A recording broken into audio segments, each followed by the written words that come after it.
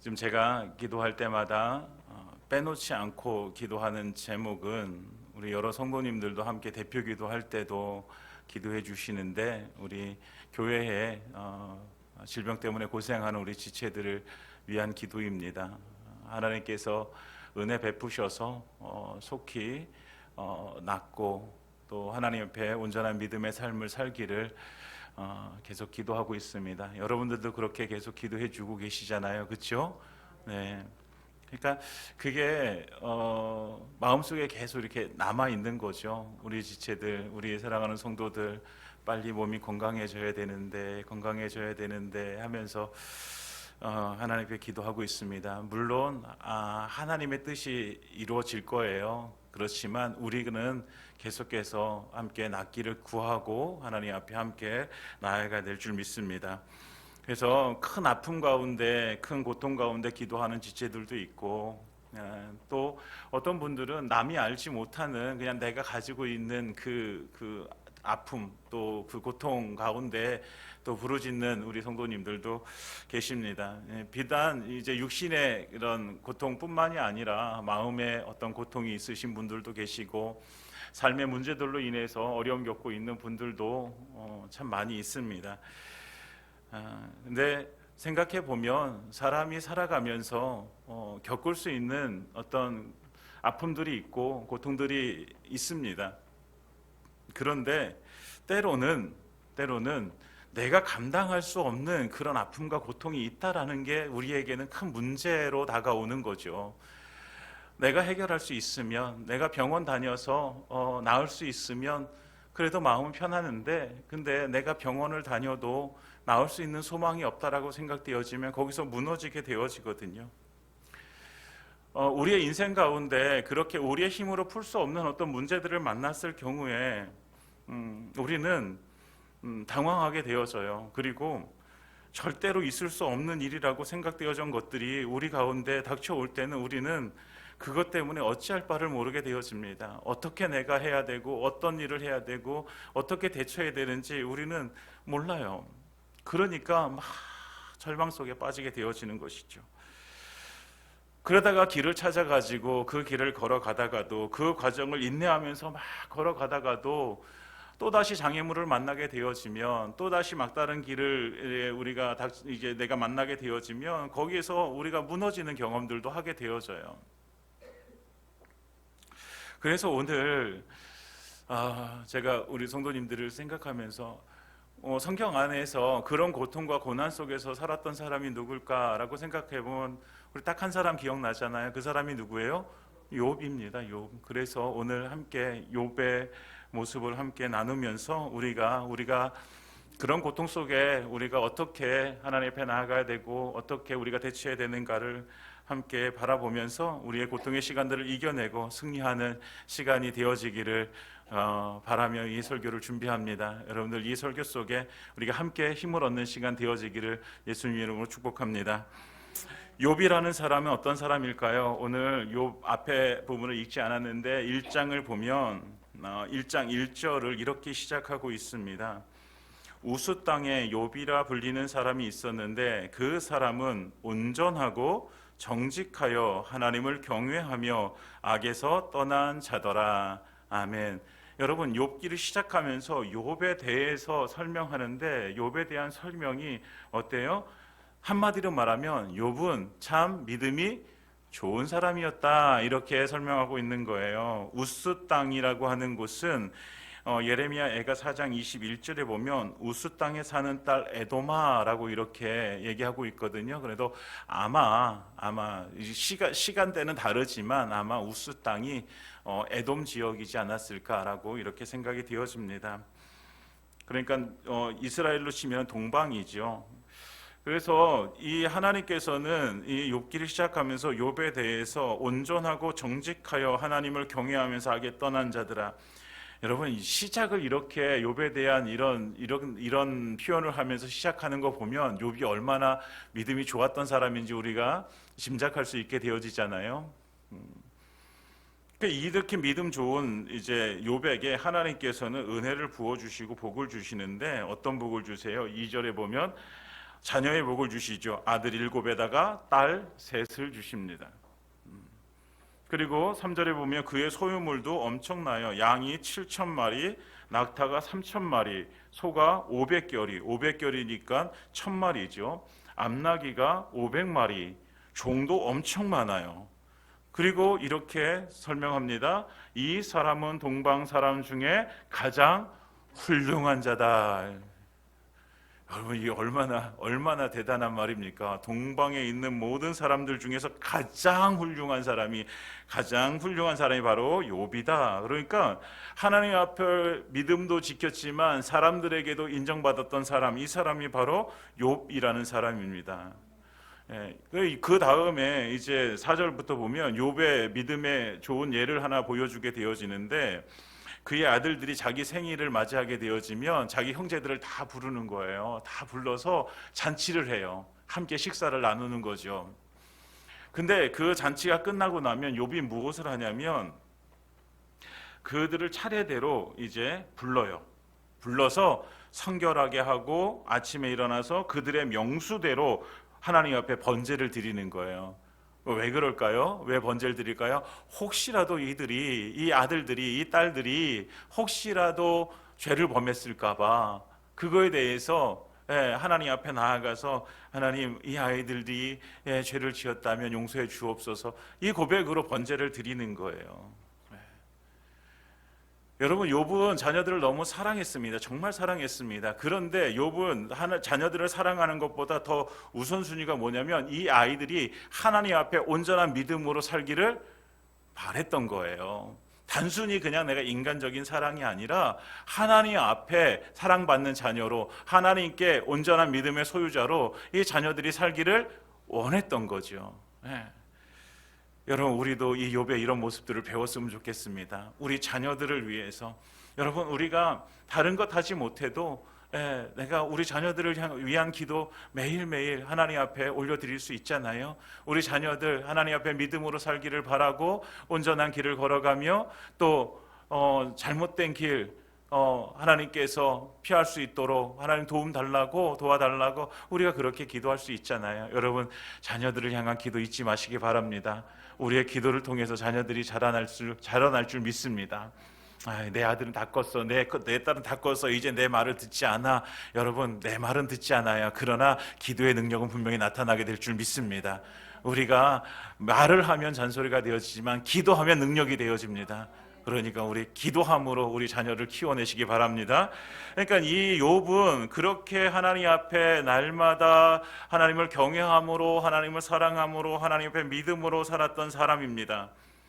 그 욥의 자녀들을 거룩한 하나님의 백성으로 이게 키우기를 원했던 사람이 욥이에요.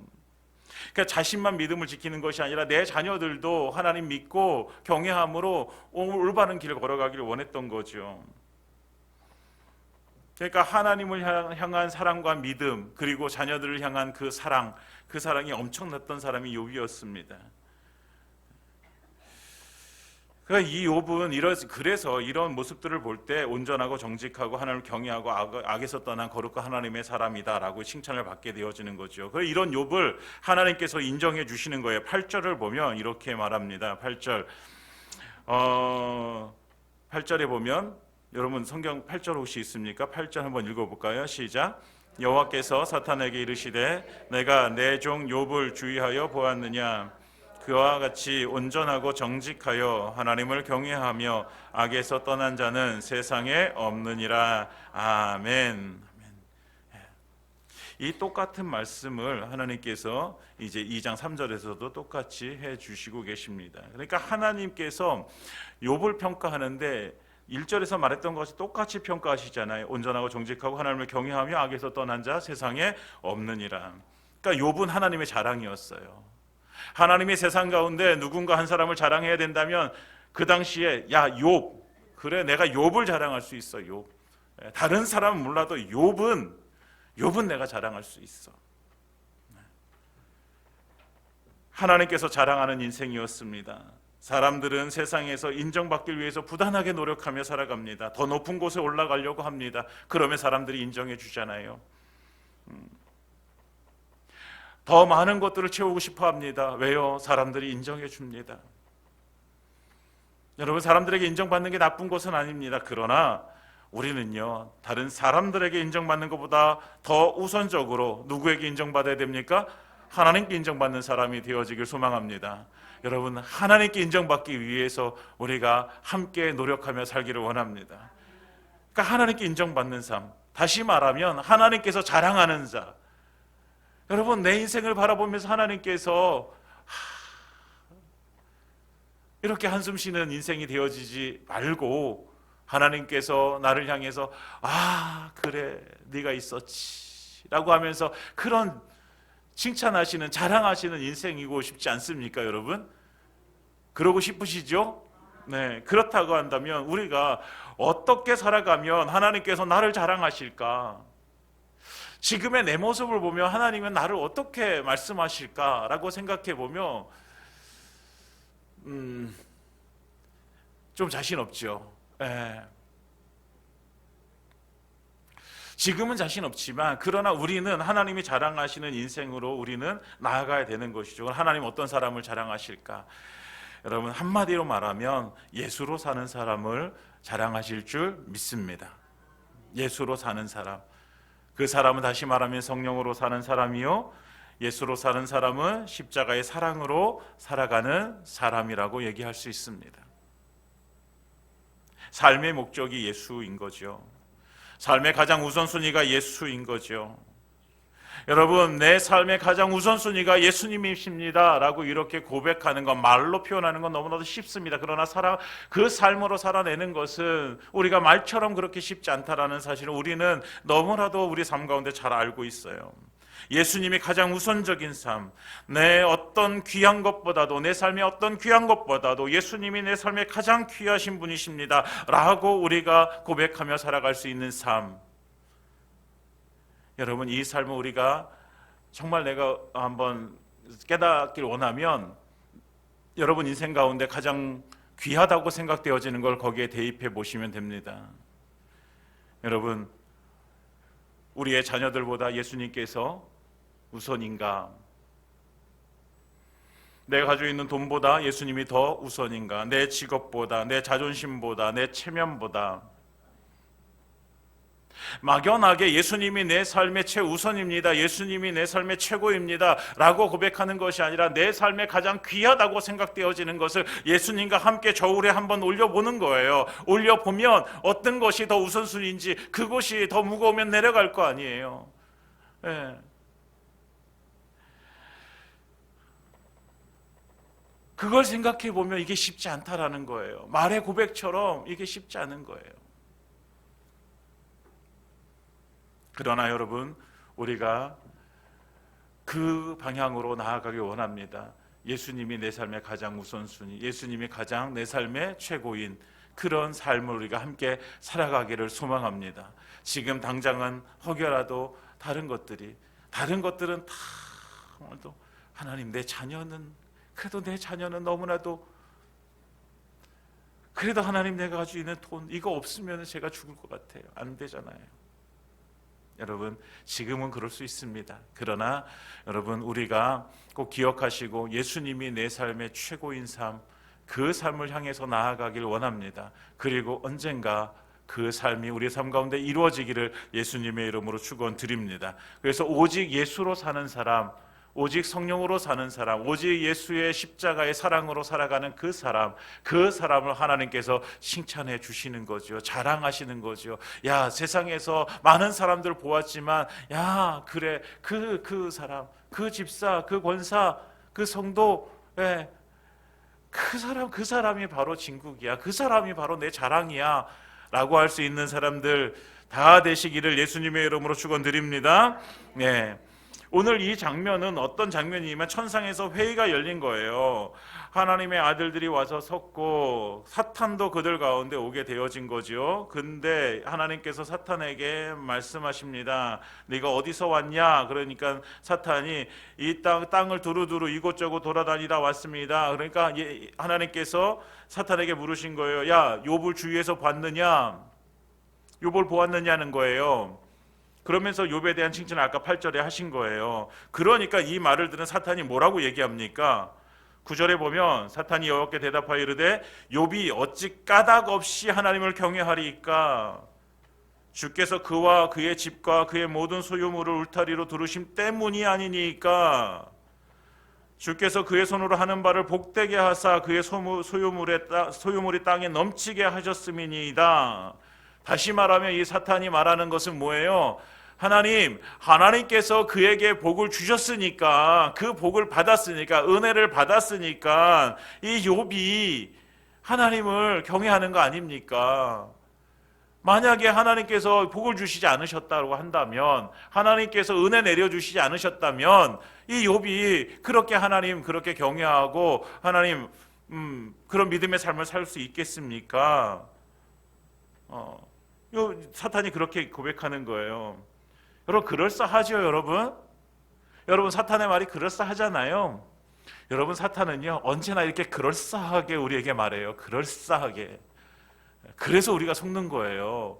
우리가 사탄에게 속는 것은 사탄이요 아무 정신없는 말을 하는 것이 아니에요. 우리가 혹할 만한 말들을 하는 거예요. 아담과 하와를 찾아와서 하와에게 에덴 동산 중앙의 나무의 열매를 하나님께 따먹지 말라, 따먹으면 죽으리라 말씀하셨음에도 불구하고 사탄은 와서 뭐라고 얘기해요? 달콤한 말로 그를 꼬시는 거예요. 그럴싸하게 얘기하는 거예요. 야 하와야, 너 그거 먹는다고 죽지 않아. 하나님이 죽는다고 얘기했어? 아니야, 저거 먹으면 네 눈이 밝아져서 하나님처럼 될 거야 라고 이렇게 얘기하는 거예요. 여러분, 우리의 삶 가운데 사탄은 그렇게 찾아와서 우리를 유혹하게 되어집니다. 여러분, 그럴싸한 말입니다. 우리가 성령으로 충만하지 못하고 하나님의 말씀이 우리 안에 거하지 못한다고 한다면 그 말에 넘어갑니다. 여러분, 우리가 하와의 입장이라고 한다면 우리 마음 가운데 새겨야 될 말씀은 뭐예요? 죽었다 깨어나도 하나님이 저 동산 중앙에 있는 나무의 열매를 따먹지 말라, 그거 먹으면 죽으리라, 반드시 죽으리라 얘기했으니 그 말을 우리 마음 가운데 심는 거예요. 여러분, 하나님의 말씀을 심으시기 바랍니다. 그 말씀이 우리의 힘입니다. 그 말씀이 우리의 능력입니다. 그 말씀이 있을 때 우리는 사단에게 넘어가지 않습니다. 사랑하는 여러분, 말씀을 심으십시오. 그냥 우리가 말씀을 좋은 말씀이네, 은혜 받았네, 이것이 끝이 아니라 이 말씀을 우리 가운데 새기시기 바랍니다. 그것이 우리에게 승리를 가져다 줄 줄 믿습니다. 그러니까 욥에게 하나님께서 은혜를 주시고 하나님께서 복을 주셨으니 이 사탄의 말은 그래서 하나님을 경외하고 하나님 앞에 믿음을 지키는 것이 아닙니까? 라고 하니까 11절에 그렇게 얘기하는 거예요. 이제 손을 펴서 그의 모든 소유물을 치소서, 그리하시면 틀림없이 주를 향하여 욕하지 않겠습니까? 한번 당신이 주신 거 당신 다 쳐보십시오. 그러면 그 욥이 하나님 당신을 욕할 거 아닙니까? 그러니까 하나님께서 사탄에게 허락을 하시는데, 야 사탄아, 그럼 내려가서 네가 그에게 준 소유물 다 네 손에 맡기니까 네가 마음대로 해봐. 그러나 그 몸에는 손대지 마. 그리고 사탄이 물러갑니다. 그리고 사탄이 이제 욥에게 고난을 줍니다. 1차적인 고난이죠. 욥은 당대에 하나님 앞에서 온전한 믿음으로 산 사람입니다. 그렇기 때문에 하나님께서 은혜를 많이 베풀어 주셨어요. 맞습니다. 하나님께서는 그에게 은혜를 주시고 그에게 많은 풍성한 것들을 누리게 하셨습니다. 그것 때문에 하나님을 믿는다, 그것 때문에 하나님을 경외한다, 그것 때문에 하나님 앞에 믿음을 지키는 사람이다. 사탄의 이야기는 그것입니다. 그래서 사탄은 그것을 깨기 위해서 그를 찾아가서 어떻게 합니까? 11절부터 욥이 당한 그 고난을 이야기합니다. 욥의 자녀들이 마다들의 집에서 음식을 먹으며 포도주를 마실 때에 사원 한 사람이 욥을 찾아오게 되어집니다. 소는 밭을 갈고 나귀는 그 곁에서 풀을 먹는데 15절에 스밧 사람이 갑자기 일어나서 그것을 빼앗고 칼로 종들을 죽였습니다. 나만 홀로 살아남아서 내가 당신께 이 이야기를 전하러 왔습니다. 이 이야기를 하고 있는 중간에 또 다른 사람이 옵니다. 하늘에서 불이 떨어져서 양과 종들을 살라버렸나이다. 나만 홀로 피하여 주님께 아뢰러 왔습니다. 이 말이 또 끝나기 전에 또 한 사람이 찾아옵니다. 갈대아 사람이 새 무리를 지어서 낙타에게 달려들어 그것을 빼앗고 칼로 종들을 죽였습니다. 그가 또 말하는 중에 또 한 사람이 찾아옵니다. 연속적으로 이 일들이 일어납니다. 그리고 마지막에 온 사람이 이야기한 이것은 그 욥의 마음을 무너지게 합니다. 주인의 자녀들이 그의 맏아들의 집에서 음식을 먹여 포도주를 마시는데 거친 들에서 큰 바람이 와서 집 내 모퉁이를 침에 그 청년들 위에 무너짐으로 그들이 다 죽었나이다. 내가 그 소식을 전하러 당신께 왔습니다.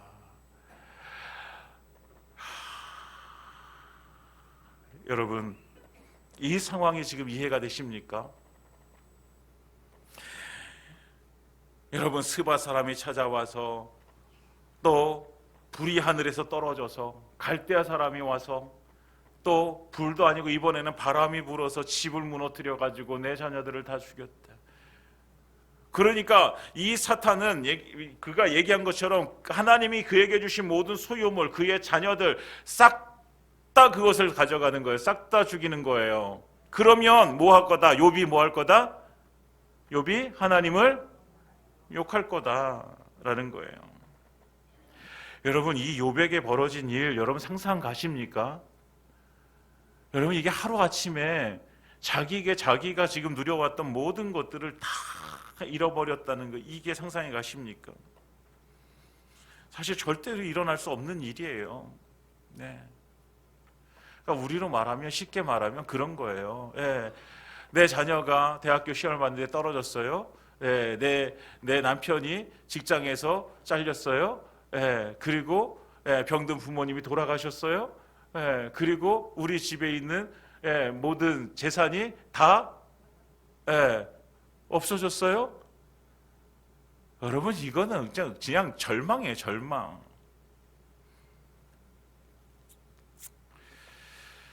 여러분, 더욱 이해 안 가는 게 뭐예요? 욥이 뭔 죄를 많이 지었습니까? 그렇지 않잖아요. 하나님도 인정해 주셨잖아요. 하나님도 자랑하시잖아요. 내가 욥을 자랑한다. 하나님께서 자랑하시는 인생이었잖아요. 만약에 욥이 죄악 가운데 거하면서 못되게 살던 사람이었으면 인정해요. 사람들도 얘기할 거예요. 그래, 네가 그렇게 살았으니까 하나님이 벌 주는 거지, 이렇게 얘기할 수 있어요. 그런데 그런 거 아니잖아요. 도저히 이해할 수 없는 일이란 말이죠. 이걸 어떻게 이해할까? 그 다음에 욥의 모습을 보면 이제 우리가 그래, 그런 상황 가운데도 우리에게 오직 우리가 의지하고 우리가 의탁해야 될 그분은 하나님밖에 없구나. 우리의 고백이길 소망합니다. 욥은 이 상황들을 어떻게 이제 해야 될까? 사실 욥도 엄청 당황스럽고 어쩔 줄 몰라 했을 거예요. 그런데 그 욥은 그 상황을 이해할 수 없어요. 이해하는 것을 포기합니다. 그리고 이렇게 고백하는 거예요. 20절에 욥이 일어나 겉을 찢고 머리털을 밀고 땅에 엎드려 예배하며, 21절 우리 함께 읽어보겠습니다. 시작. 이르되 내가 모태에서 알맘으로 나왔은즉 또한 알몸이 그리로 돌아가올지라. 주신 이도 여호와시오 거두신 이도 여호와시오니 여호와의 이름이 찬송을 받으실지니이다 하고 아멘. 욥은 그 상황을 이해하려고 하는 것이 아니라 하나님께 찬송과 예배를 올려드립니다. 그리고 그가 고백합니다. 주신 이도 하나님이시오 거두신 이도 하나님이십니다. 여러분, 우리 인생 가운데 일어나는 많은 일들을 우리의 머리로 이해할 수가 없습니다. 때때로 왜 나에게 이런 일이 벌어졌냐고 우리는 이렇게 울부짖으면서 얘기할 수도 있어요. 그런 상황이 욥은요, 그냥 연달아서 맞이하게 되어진 것입니다. 그럼에도 불구하고 그것을 인정하고 하나님 앞에 나아갑니다. 쉽지 않은 거예요. 우리는 갑자기 닥친 고난과 고통 속에서 어찌할 바를 모를 때가 있어요. 사랑하는 여러분, 욥, 오늘 그렇게 우리가 당한 상황보다 더 엄청난 상황을 맞이한 이 욥이 하나님 앞에 나아갑니다. 왜 그럴까요? 그의 고백이잖아요. 주신 이도 여호와시고 거두어 가신 이도 여호와십니다. 저는 이 땅 가운데 나올 때, 이 땅 가운데 올 때에 한 몸밖에 없었습니다. 하나님께서 나에게 생명 주신 것, 그 할몸으로 나와서 지금까지 살아왔습니다. 그 모든 것이 하나님의 은혜입니다. 오늘 찬송, 그 찬송을 부르잖아요. 우리가 당연하다고 느꼈던 모든 것들이 하나님의 은혜입니다. 여러분, 우리가 가지고 있는 것이 무엇이었습니까? 아무것도 없었습니다. 그런데 우리는 지금 우리가 누리고 많은 것들을 누리고 살아가고 있습니다. 여러분, 누군가는 나는 요만큼밖에 누리지 못해, 저 사람은 저렇게 많이 누리는데 라고 얘기할 수 있어요. 여러분, 그러나 내가 그만큼 누릴 수 있는 것이 하나님의 은혜입니다. 은혜. 여러분, 이 고백을 드릴 수 있는 그 비밀이 어디 있을까요? 여러분, 욥이 어떻게 이렇게 고백했어요? 이거는요 도대체 할 수 없는 행위잖아요. 모든 것을 다 잃어버렸는데 하나님 앞에 나와서 찬송하고 예배하다니. 우리 같으면 어떻게 하겠습니까? 우리 같으면 어떻게 해요? 교회 나와서 찬송하고 예배하는 것이 아니라 집에서 울고불고 난리가 나죠. 맞아요. 그게 우리의 인간적인 모습이죠. 그런데 오늘 욥이 그렇게 할 수 있었던 것은, 여러분, 제가 성경을 읽으면서 이렇게 정리를 해봤습니다. 욥은 자기의 모든 삶의 고난을 하나님께 드렸다, 이렇게밖에 얘기할 수가 없습니다. 주신 이도 하나님이시오 거두신 이도 하나님이십니다. 그러니까 자기의 삶의 고난이 다 누구에게 있다? 하나님께 있다. 하나님께 있다. 여러분, 우리의 삶의 고난이 하나님께 있음을 함께 고백하기를 소망합니다. 여러분, 고난이라고 하는 것은 그런 거잖아요. 만약에 제가 현금이 필요합니다. 현금이 필요하면 어떻게 합니까? 제가 카드를 가지고 은행을 갑니다. 그래서 이렇게 ATM기에 카드를 꽂아 놓고 내가 필요한 액수만큼 이제 누릅니다. 누를 때 꼭 우리가 거쳐야 되는 게 뭐가 있어요? 뭘 누르라고 해요? 비밀번호를 누르라고 합니다. 여러분, 왜 비밀번호를 누르라고 할까요? 이 카드를 사용할 수 있는 권한이 너에게 있는지 내가 알아볼 거야. 비밀번호를 누르는 거예요. 그 비밀번호는 누구밖에 없어요? 아는 사람이? 저밖에 없잖아요. 저는 제 아내도 알아요. 제가 그래서 카드를 잘 간수합니다. 여러분, 그 비밀번호를 안다는 거, 그 권한이 나에게 있다라는 거예요. 그래서 나는 그 권한을 가지고 그 안에 있는 돈을 내가 찾을 수 있게 되어지는 것입니다. 카드를 사용한 권한이 있기 때문에. 그런데 만약에 내가 어디서 카드 한 장을 주웠습니다. 여러분, 카드 한 장을 주웠어요. 그 카드를 가지고 내가 은행에 가서 돈을 찾을 수 있겠습니까? 없겠습니까? 당연히 없죠. 왜요? 비밀번호를 몰라요. 그 카드를 사용할 권한이 내게 없는 거예요. 여러분, 만약에 그것을 가지고 내 마음대로 만약에 마트에 가서 내가 그것을 사용한다면 어떻게 될까요? 어떻게 돼요? CCTV에 걸려요. 그래서 어떻게 돼요? 잡혀가요. 그게 죄잖아요, 죄. 그건 뭐예요? 왜 죄가 되어집니까? 내가 권한이 없는데 그 권한을 내가 사용하려고 했기 때문에 그게 죄가 되어지는 거예요. 여러분, 마찬가지예요. 여러분, 우리의 삶의 권한이, 우리의 인생의 권한이 누구에게 있습니까? 하나님께 있습니다. 그러면 그 하나님께서 하나님의 권한을 사용하시는 것입니다. 그 권한을 내가 사용하면 안 된다는 것이죠. 그런데 우리는 많은 삶의 부분 속에서 그 권한을 누가 사용하려고 합니까? 내가 사용하려고 하는 것이죠. 내 삶이니까, 내 인생이니까 내 마음대로 살아가야 되지. 그러니까 내 삶의 권한이야. 내가 할 거야. 내가 그 권한을 행사할 거야. 사랑하는 여러분, 세상은 이것이 맞다라고 얘기합니다. 오늘 새벽에도 이와 비슷한 말씀을 우리가 함께 나눴는데, 침례 요한에 대한 말씀을 나눴습니다. 침례 요한은 이야기합니다. 그는 흥하여야 되겠고 나는 쇠하여야 하리라 라고 고백합니다.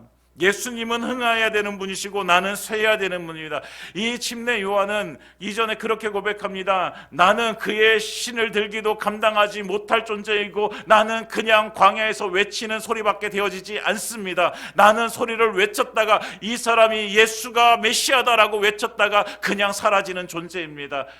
침례 요한은 자신의 인생 많은 제자들이 쫓아왔고 많은 제자들을 길렀지만 그러나 그 인생은 예수님 만나고 나서부터 언제나 제2의 사람, 조연의 사람, 주인공이 아닌 사람을 살았습니다. 자기의 모든 고난, 권리를 다 내려놓고 주인공인 예수님이 흥해지길 원했던 사람, 그 사람이 침례 요한이었습니다. 오늘 욥도 마찬가지입니다. 자기의 모든 고난이 누구에게 있다? 하나님께 있음을 고백하며 하나님께 나아간 사람입니다. 그렇기 때문에 그 고난이 하나님께 있음을 고백할 수 있기 때문에 21절에 이 고백이 나오게 되어진 것입니다.